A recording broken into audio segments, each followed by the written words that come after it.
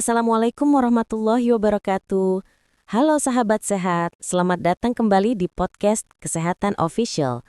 Semoga para sahabat selalu diberikan kesehatan, rezeki, dan kebahagiaan yang selalu tumbuh di dalam keluarganya sendiri-sendiri. Saya Dr. Aisyah, dan di episode kali ini kita akan membahas sebuah topik yang sering kali menjadi sumber rasa minder bagi banyak pria.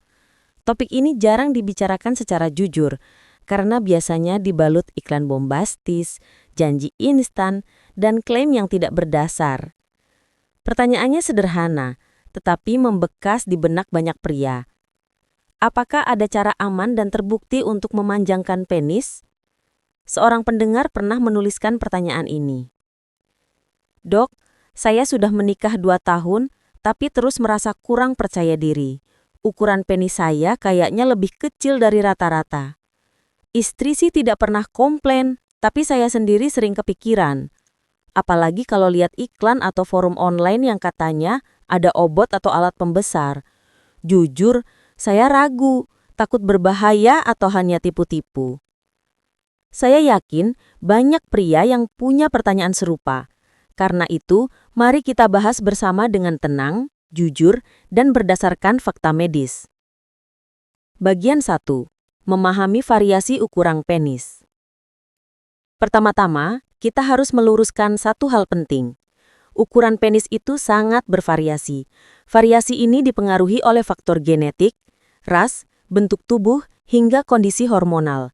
Tidak ada satu ukuran yang dianggap ideal untuk semua orang di dunia.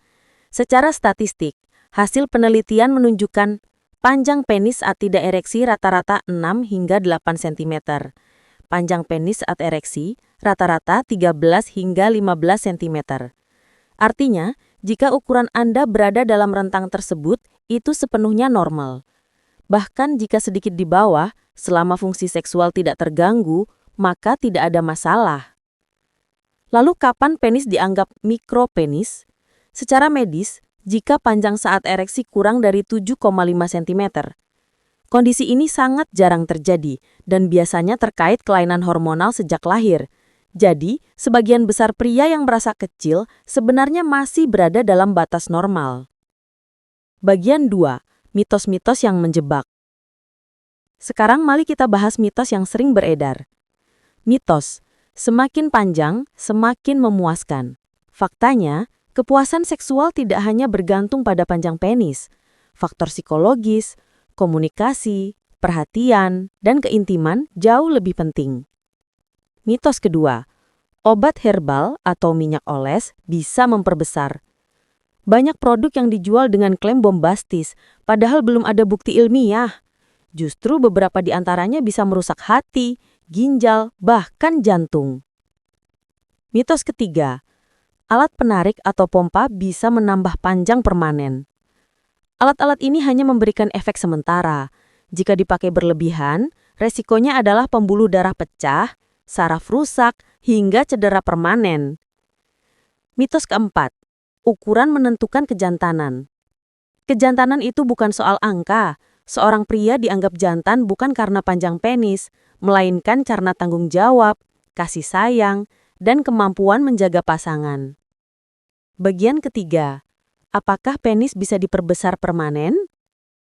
Secara medis, tidak ada cara yang benar-benar aman dan terbukti permanen untuk memperbesar penis. Operasi memang ada, seperti pemotongan ligamen atau penanaman implan. Tapi resikonya besar, bisa menyebabkan nyeri kronis, infeksi, penurunan fungsi ereksi, hingga kekecewaan karena hasil tidak sesuai harapan. Itulah sebabnya sebagian besar dokter di dunia tidak merekomendasikan operasi pembesaran penis, kecuali dalam kasus medis tertentu. Jadi, jika Anda menemukan iklan atau testimoni yang menjanjikan hasil luar biasa tanpa resiko, berhati-hatilah. Bagian 4. Solusi sehat yang bisa dilakukan. Kalau begitu, apa yang bisa dilakukan agar lebih percaya diri? Turunkan berat badan. Lemak di sekitar pangkal penis membuat penis tampak lebih pendek. Dengan menurunkan berat badan, ukuran asli akan lebih terlihat. Jaga postur tubuh. Panggul yang tertarik ke depan akibat postur buruk bisa membuat penis terlihat lebih kecil. Tegakkan badan, berdiri percaya diri, dan Anda akan tampak berbeda. Fokus pada kesehatan jantung. Ereksi bergantung pada aliran darah, jadi olahraga rutin, makan sehat, dan hindari rokok akan meningkatkan kualitas ereksi. Tingkatkan stamina dan teknik. Banyak pria dengan ukuran rata-rata bisa memberikan kepuasan lebih karena tahu cara membangun keintiman dan menjaga durasi. Komunikasi dengan pasangan. Jangan malu untuk membicarakan apa yang membuat pasangan nyaman. Seksualitas adalah kerjasama, bukan perlombaan ukuran. Bagian kelima, perspektif psikologis. Banyak pria merasa minder, padahal ukuran mereka normal. Minder ini kemudian memicu stres, menurunkan kepercayaan diri, bahkan mengganggu keharmonisan rumah tangga. Kuncinya ada pada cara pandang. Ukuran bukanlah segalanya. Yang lebih penting adalah rasa percaya diri, kasih sayang, dan kemampuan membangun kedekatan emosional. Seringkali, pasangan justru tidak mempermasalahkan ukuran. Yang mereka harapkan adalah perhatian, komunikasi, dan keintiman yang tulus. Bagian keenam, menyikapi media dan standar palsu. Sahabat sehat, kita hidup di era banjir informasi. Sayangnya, banyak dari informasi itu menipu. Film dewasa misalnya sering menampilkan ukuran yang jauh di atas rata-rata. Padahal itu bukan standar normal. Banyak pria kemudian membandingkan diri dan akhirnya minder. Padahal kenyataannya, mayoritas pria di dunia memiliki ukuran dalam rentang rata-rata. Jadi, jangan biarkan media menciptakan standar palsu. Yang penting adalah bagaimana Anda menggunakan apa yang dimiliki, bukan membandingkannya dengan orang lain. Bagian ketujuh, pesan penutup. Sahabat sehat, mari kita simpulkan pembahasan hari ini.